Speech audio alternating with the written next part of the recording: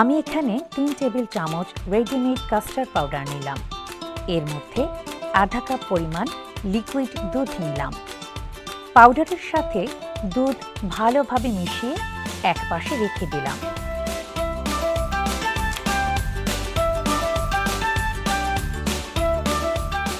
এক litre liquid দুধ নিয়ে তাতে 1 কাপের 3 ভাগের 1 ভাগ চিনি নিলাম।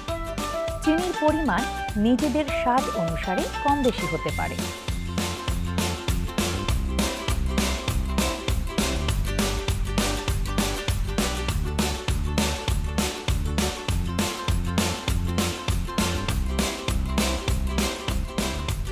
এই মিশ্রণকে চুলায় জাল দিলে দুধ ও চিনি মিশে যাবে। দুধ গরম হবে, তখন কাস্টার্ড পাউডারের মিশ্রণটি আস্তে আস্তে দুধ চিনির সাথে মেশাতে হবে এবং ক্রমাগত নাড়াচাড়া করতে হবে।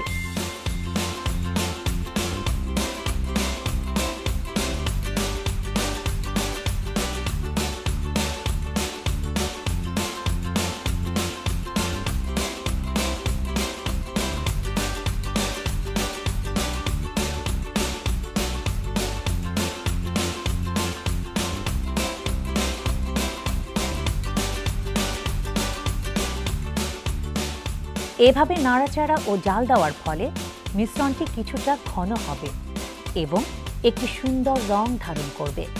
খেয়াল রাখতে হবে যেন দলা বেঁধে না যায় কিংবা বেশি ঘন হয়ে না যায়। সাধারণত 4 থেকে 5 মিনিটের মধ্যেই উপযুক্ত হয়ে যায়। তখন চুলা থেকে নামিয়ে পৃথক পাত্রে ঢেলে প্লাস্টিকের র্যাপার দিয়ে ঢেকে ফ্রিজে রাখতে হবে।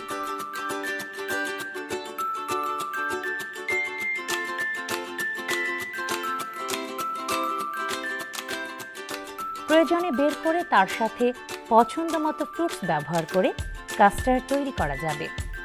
আমি এখানে কয়েকটি ফল মিশিয়ে দেখাচ্ছি, তবে মনে রাখতে হবে যেসব ফল থেকে বেশি পানি বের হয়, যেমন আনারস, পেঁপে, তরমুজ, এসব ফল কাস্টার্ড তৈরিতে ব্যবহার না করাই ভালো। কাস্টার্ড ফ্রিজে রেখে প্রয়োজন মতো ফল মিশিয়ে যে কোনো সময় পরিবেশন করা যাবে।